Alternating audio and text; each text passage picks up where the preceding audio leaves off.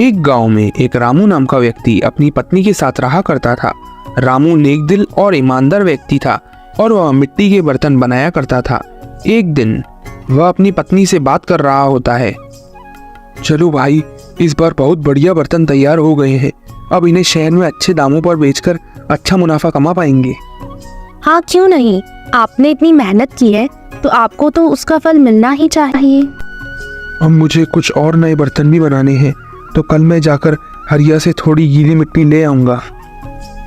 ठीक है, पर क्या तुम्हारे पास और मिट्टी खरीदने के पैसे हैं? नहीं, मैं हरिया से कुछ मिट्टी उधार मांग लूंगा। क्या हरिया तुम्हें मिट्टी उधार देगा? क्यों नहीं, जब ये बर्तन बिक जाएंगे तो उसके पैसे मैं सारे चुका दूंगा।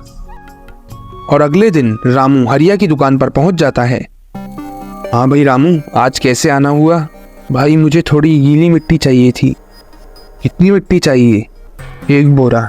ठीक है, पर 1 बोरे का दाम 1 आना होगा। भाई अभी तो मेरे पास फूटी कौड़ी भी नहीं है, पर मैं तुम्हें इस बर्तन को बेचकर सारे पैसे चुका दूंगा। ठीक है भाई, तुम हमारे ही गांव के आदमी हो, तुम हमारे पैसे कहाँ लेके भागोगे? और रामू मिट्टी का बोरा लेकर घर पहुंच जाता है।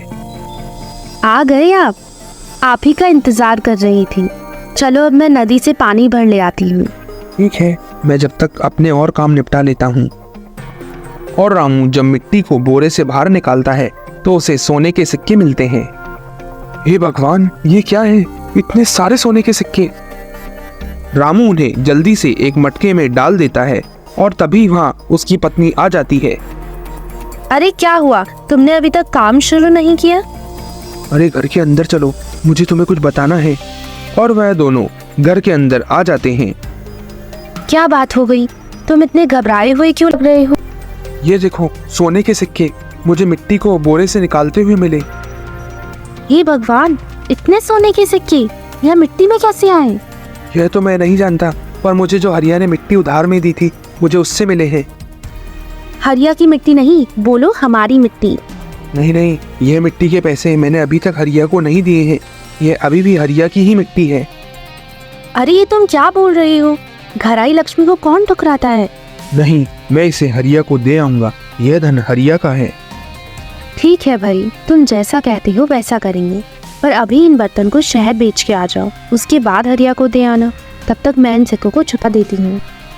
ठीक है। और रामू वहाँ से चला जाता है। इनकी बुद्धि तो घास चढ़ने गई है, पर मैं इन सिक्कों को ऐसे नहीं जाने दूंगी। और वह उसमें से कुछ सिक्के निकाल लेती है।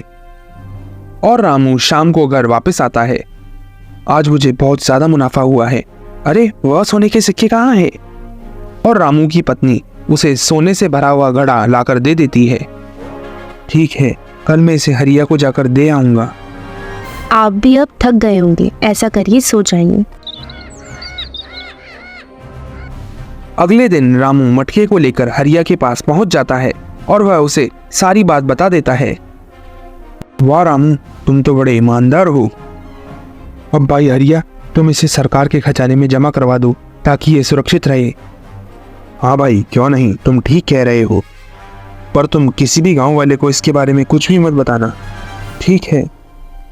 और रामू वहां से चला जाता है। मैं क्या पागल हूं जो घराई लक्ष्मी को ठुकरा दूंगा? और मुझे इस रामू का कुछ करना पड़ेगा।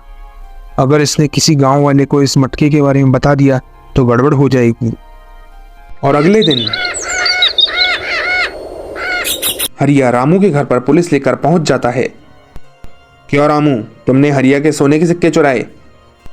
नहीं साहब, मैंने तो बल्कि हरिया को उसके सिक्के वापस दिए हैं। अरे इंस्पेक्टर साहब, इसके घर की तलाशी लीजिए। हाँ साहब, आप चाहें तो मेरे घर की तलाशी ले सकते हैं। नहीं, लगता है आपको कोई गलतफहमी हुई है साहब। हमारे घर कोई सोने के सिक्के नहीं है। हाँ, देखा, चोर की दाढ़ी में तिनका।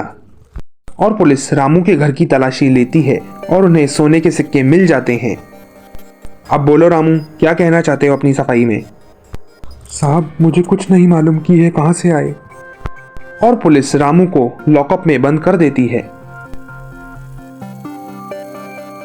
अब सब सही हो गया है। अब मैं इन सिक्कों से बहुत सी गाय और बहुत सी जमीन जायदाद खरीदूंगा। और पीछे से आवाज आती है, अगर होंगे तो खरीदोगे ना हरिया? साहब आप, तुमने एक गरीब इंसान को फंसाया है, तुम्हें इसका दंड जरूर मिलेगा।